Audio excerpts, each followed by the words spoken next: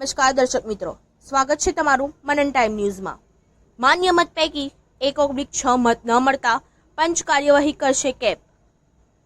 ભાજપ અને કોંગ્રેસ સિવાય તમામ પક્ષો અપક્ષોની ડિપોઝિટ ડૂલ થઈ।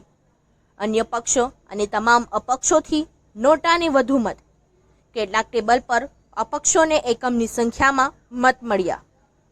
લોકસભાની ચૂંટણીમાં આજે મત ગણતરીના આંકડા પરથી એ ફલિત થઈ ગયું કે ભાજપ અને કોંગ્રેસ સિવાય તમામ અપક્ષ અને અન્ય પક્ષના ઉમેદવારોએ પોતાની ડિપોઝિટ ગુમાવી દીધી છે। ભાજપ અને કોંગ્રેસ સિવાય તમામ ઉમેદવારોની ડિપોઝિટ જપ્ત કરવામાં આવે તેવી પરિસ્થિતિ નિર્માઈ છે। લોકસભાની ચૂંટણીમાં વડોદરા બેઠક પર કુલ 14 ઉમેદવારો મેદાનમાં હતા। જો કે તેમાં મુખ્ય સ્પર્ધા ભાજપના ઉમેદવાર ડોક્ટર હેમાંગ જોશી અને કોંગ્રેસના ઉમેદવાર જસપાલસિંહ પઢિયાર વચ્ચે સીધો જંગ હતો। વડોદરામાં અન્ય કેટલાક રાજકીય પક્ષ અને અપક્ષના ઉમેદવારોએ પણ ચૂંટણીમાં ઝંપલાવ્યું હતું।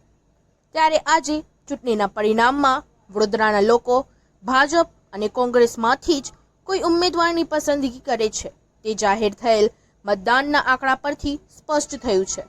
લોકોએ અન્ય કોઈ રાષ્ટ્રીય પ્રાદેશિક પક્ષ કે અપક્ષના ઉમેદવાર ઉપર પોતાની પસંદગીનો કળશ ઢોળ્યો નથી, જેના કારણે ભાજપ કોંગ્રેસ સિવાય તમામ ઉમેદવારોને અત્યંત ઓછા મત મળ્યા છે અને મોટાભાગના ઉમેદવારોની ડિપોઝિટ જપ્ત કરવી પડે તેવી પરિસ્થિતિ નિર્માણ છે।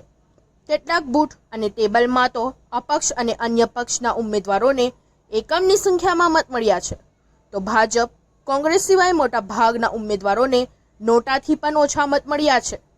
જાણકારોના જણાવ્યા પ્રમાણે માન્ય મત પૈકીના 1/6 થી પણ ઓછા મત મળે છે તો ચૂંટણી પંચ દ્વારા ઉમેદવારની ડિપોઝિટ જપ્ત કરવાની કાર્યવાહી હાથ ધરવામાં આવતી હોય છે।